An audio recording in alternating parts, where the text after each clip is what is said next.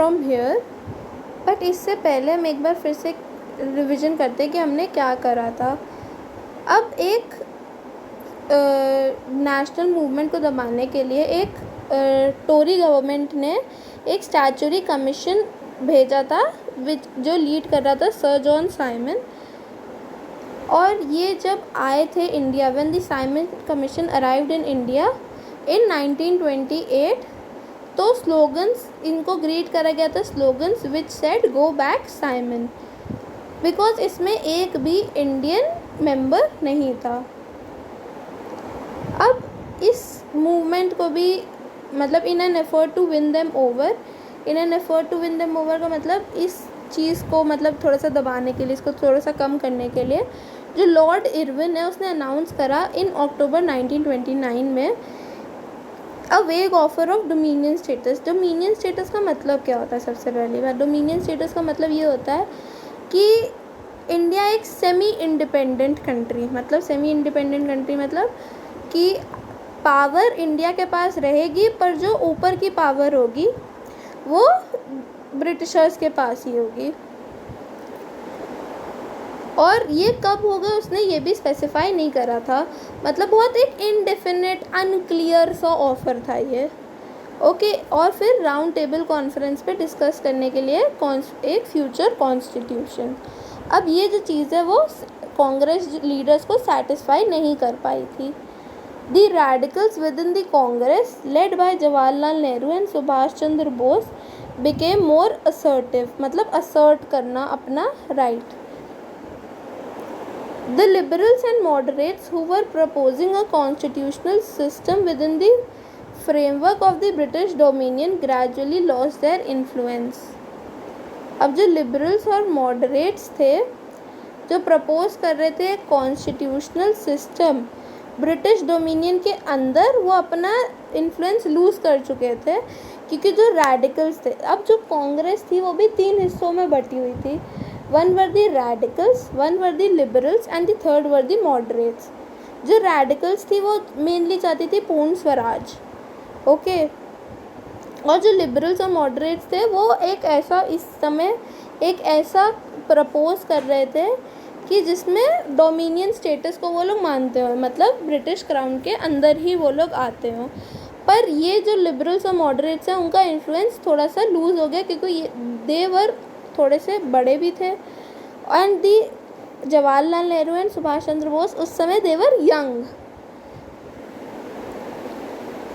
Now in December 1929, under the presidency of Jawaharlal Nehru, the Lahore Congress formalized the demand of Poon Swaraj.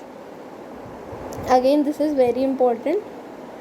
In December 1929, Jawaharlal Nehru के under में लाहौर कांग्रेस में एक formalise करी गई demand of पूर्ण स्वराज और full independence for country. It was declared that 26 January 1930 would be declared as the Independence Day, when people were to take pledge for struggle for complete independence. But the celebration attracted a very little attention, so Mahatma Gandhi had to find a way to relate this abstract idea of freedom to more concrete issues of everyday life. अब 1929 में तो एक formalise कर ली गई थी demand पूर्ण स्वराज के लिए। प्रेसिडेंसी किसके मतलब प्रेसिडेंट उस समय कौन था? जवाहरलाल नेहरू। एट लाहौर कांग्रेस सेशन, ठीक है। और डिक्लेयर कर दिया गया था, ये आपने क्लास 8 में पढ़ा है कि why the day of 26 January was chosen as a republic day, कि कब रिपब्लिक उसको घोषित करा जाए, because of historical importance. Historical importance यही थी कि पहले डिसाइड करा गया था कि 26 जनवरी 1930 सेलिब्रेट करा जाएगा इंडिपेंडेंस डे, जब पीपल सब प्लेज ले लेंगे कि कंप्लीट इंडिपेंडेंस चाहिए ही चाहिए।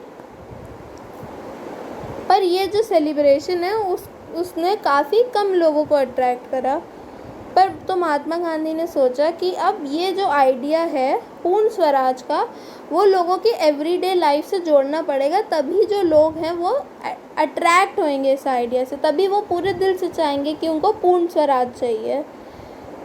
ओके। एंड अगर आपको अभी तक साइमन कमीशन या लाहौर सेशन के बारे में कुछ समझ में नहीं आया है तो please pause the video and ask in the group. आपको किसी से शर्माने वरमाने की ज़रूरत नहीं है, बिकॉज जो डाउट्स हैं वो बहुत इम्पॉर्टेंट होते हैं, तभी आपको एक चैप्टर क्लियर होगा। और आप जितना प्रिसाइज होगे अपने डाउट्स में, उतने अच्छे से मैं एक्सप्लेन कर पाऊँगी आपका doubt. So try to be more precise with your doubts.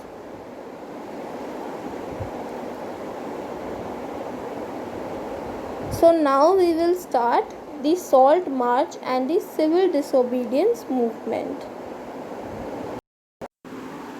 So अब हम जब पढ़ेंगे सॉल्ट मार्च को एंड सिविल डिसोबीडियंस मूवमेंट को, सबसे पहले मन में आएगा कि गांधी जी ने सॉल्ट मार्च क्यों करी, क्योंकि अभी हमने देखा कि गांधी जी ने डिसाइड करा था कि वो और लोगों को जोड़ेंगे कैसे, कि वो जो एवरीडे लाइफ की चीज़ें हैं उनसे पूर्ण स्वराज को जोड़ेंगे। अब सॉल्ट, नमक एवरीडे लाइफ में यूज़ होता है सबकी, हर इंसान की एवरीडे लाइफ, हर मर्रा की ज़िंदगी में नमक तो एक वाइटल चीज़ है। तो उन्होंने ये सोचा कि अब इसको बहुत अच्छे से लिंक करा जा सकता है। और सॉल्ट टैक्स भी था, तो उनका उसके अगेंस्ट भी एक वो बन गया था मुद्दा। Mahatma Gandhi found in salt a powerful symbol that could unite the nation. अब बहुत पावरफुल सिंबल है कि जिससे नेशन को जोड़ा जा सकता है। On 31 January 1930 he sent a letter to Viceroy Irwin stating 11 demands. Some of these were of general interest, others were specific demands of different classes from industrialists to peasants. अब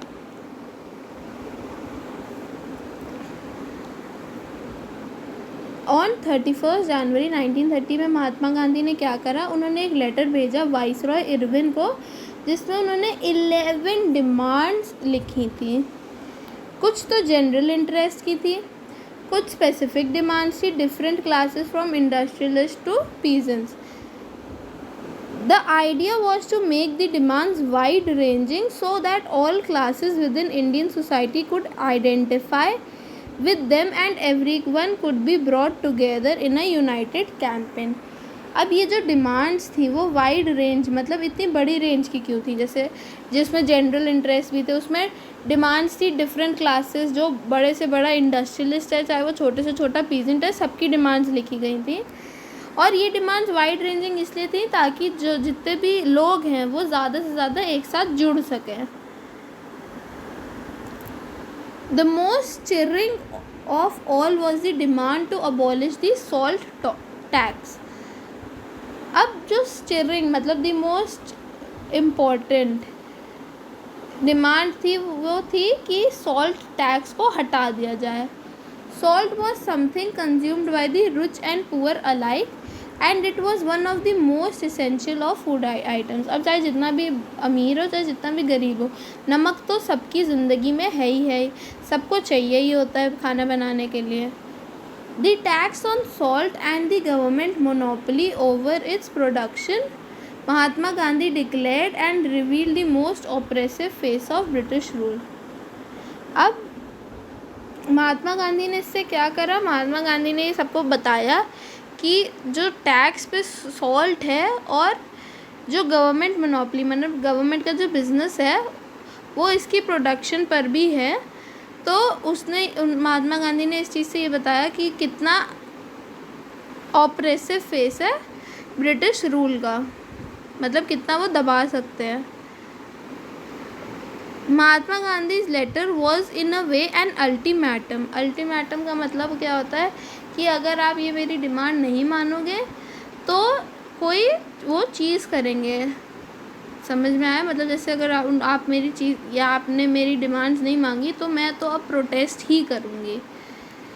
If the demands were not fulfilled by 11th March, the letter stated the Congress would launch a civil disobedience campaign.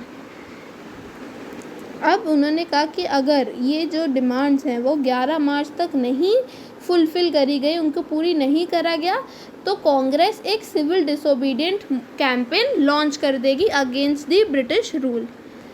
Irwin was unwilling to negotiate. Irwin जो था वो चाह नहीं रहा था negotiate करने को।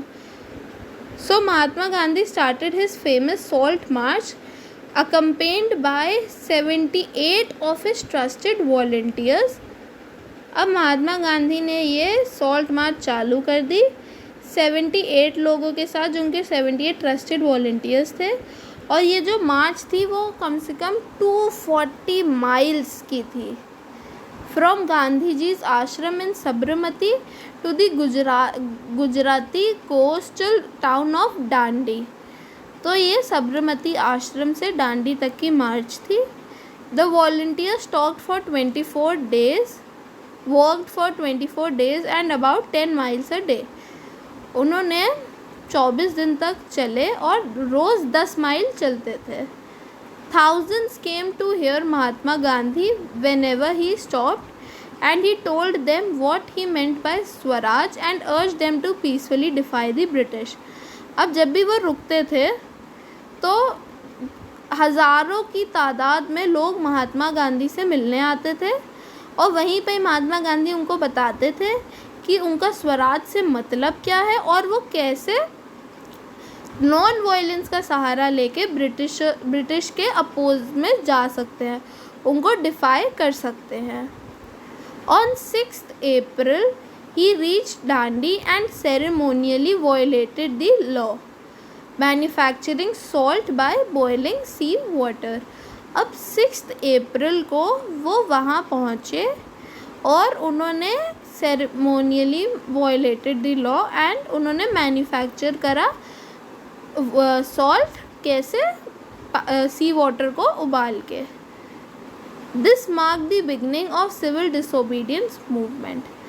Now if I ask a question जिसमें मैं ये पूछूं कि what marked the starting of the civil disobedience movement, you will write about this Dandi march।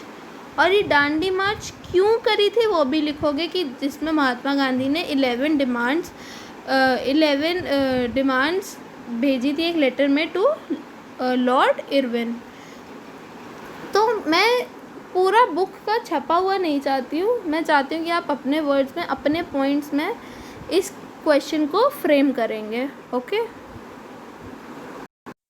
एक बार ये क्वेश्चन फिर से मैं डिस्कस कर लेती हूँ। मैंने देखो मार्क भी कर दिया है, ये मैंने अपने हिसाब से मार्क करा है। If you want to include और exclude some points you are free to do that.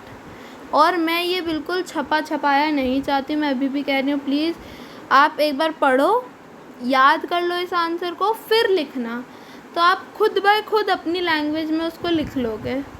Okay, so if I ask what marked the beginning of civil disobedient movement, the answer is on 31st January 1930 he Mahatma Gandhi, not ही।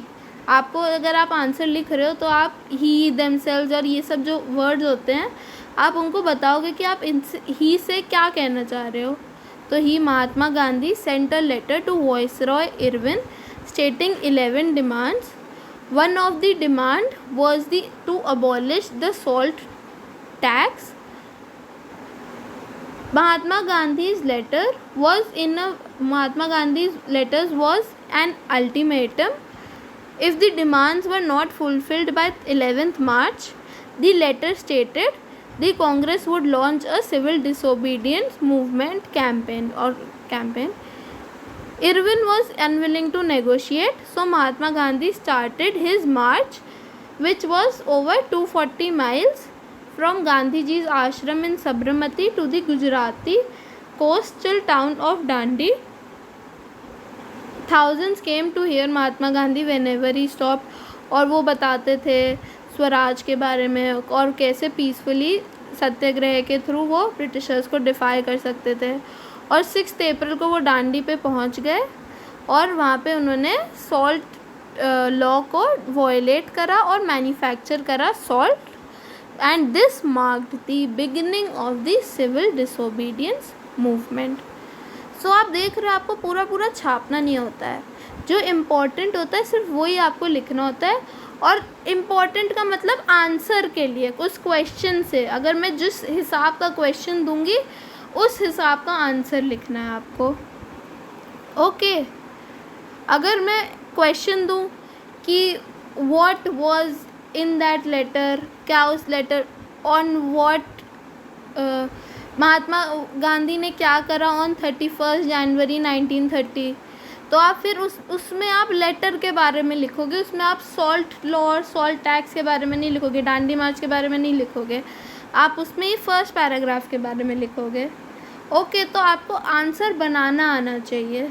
मैं आपको long answers देती भी हूँ chapter ख़त्म होने के बाद, so please go through that also, क्योंकि उसमें पॉइंट वाइज बहुत अच्छे से दिया हुआ है, इंपॉर्टेंट पॉइंट्स विद कीवर्ड्स। और कभी भी आप जब आंसर देते हो अपना बोर्ड एग्जामिनेशन के लिए भी, वो आपके पूरे पूरे आंसर्स नहीं देखते हैं, they look for some keywords. तो आपको कीवर्ड्स पता होने चाहिए कि वो सब क्या हैं, ओके, एक आंसर को लिखने के लिए। Now we have done the salt law and the civil disobedience movement. Now, how was this movement different from the non-cooperation movement? People were now asked not only to refuse cooperation with the British as they had done in 1921 to 1922, but also to break colonial laws. अब ये जो movement है civil disobedience movement, वो different कैसे है non cooperation movement से? पहले तो नॉन कोऑपरेशन मूवमेंट हुआ था, तो इस मूवमेंट में, सिविल डिसोबीडियंस मूवमेंट में, लोगों से ये बोला गया था कि वो ना ही सिर्फ कोऑपरेशन को मना करें ब्रिटिशर्स के साथ, बल्कि जो कॉलोनियल लॉज हैं उनको भी डिफाई करें, उनको भी तोड़ें। Thousands in different parts of the country broke the salt law. Thousands in different parts of the country broke the salt law, manufactured salt and demonstrated in front of government salt factories. अब हज़ारों की तादाद में, क्योंकि हमारी coastal line भी बहुत बड़ी है, तो हज़ारों की तादाद में लोगों ने सॉल्ट लॉ को ब्रेक करा, क्योंकि सॉल्ट लॉ के अकॉर्डिंग ये था कि इंडिविजुअल्स अपना खुद का नमक नहीं बना सकते हैं। तो जो लोग थे वो अब खुद का नमक बनाते थे और मैन्युफैक्चर करते थे उस नमक को, और डिमॉन्स्ट्रेट मतलब दिखाते थे गवर्नमेंट सॉल्ट फैक्ट्रीज़ के सामने जाके। So ironic, so good. As the government spread, foreign cloth was boycotted. As the movement spread, as the movement spread, मतलब मूवमेंट जैसे जैसे बढ़ा, जैसे जैसे फैला, फॉरेन क्लॉथ का बॉयकॉट करा जा रहा था। लिकर शॉप वर पिकेटेड का हम लोग ने मतलब मीनिंग करा है ऊपर। Peasants were refused to pay revenue and chowkidari taxes. Village officials resigned and in many places forest people violated forest laws, going into the reserved forest to collect wood and graze cattle. अब peasants जो थे उन्होंने मना कर दिया कि वो revenue नहीं देंगे, ना चौकीदारी के टैक्स देंगे। विलेज के जो ऑफिशियल्स थे उन्होंने भी रिज़ाइन कर दिया from government jobs and all that. And in many places जो फॉरेस्ट के लोग थे उन्होंने भी फॉरेस्ट लॉज को तोड़ा। वो रिजर्व फॉरेस्ट में जाते थे अपनी वुड या फ्यूल वुड कलेक्ट करने, और वहाँ पे गाय को भी, अपने जो कैटल वैटल होती थी उनको भी चारा वारा देते थे, उनको भी खिलाते विलाते थे, ग्रेजिंग करवाते थे, इन शॉर्ट।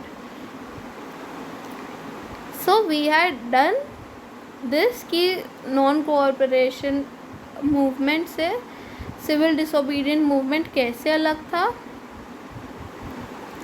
और सिविल डिसोबीडियंस मूवमेंट में जब स्प्रेड हो रहा था तब उसके क्या क्या इफ़ेक्ट्स थे, क्या क्या लोग कर रहे थे। Now we will do till here only. Start with the next paragraph in the next video. और अगर आपको कोई भी डाउट हो तो यू कैन आस्क। ओके, इस वीडियो में तो हम लोग ने कम ही कवर करा है, बट आई होप कि अगर मैं आपको क्वेश्चन दूँ तो गलत ना हो, क्योंकि मैंने बहुत अच्छे से एक्सप्लेन करा है इस वीडियो में। Okay, so we have done 3.1 और ग्रेस कैटल तक करा है। वरीड बाय द डेवलपमेंट्स हम लोग नेक्स्ट वीडियो में स्टार्ट करेंगे।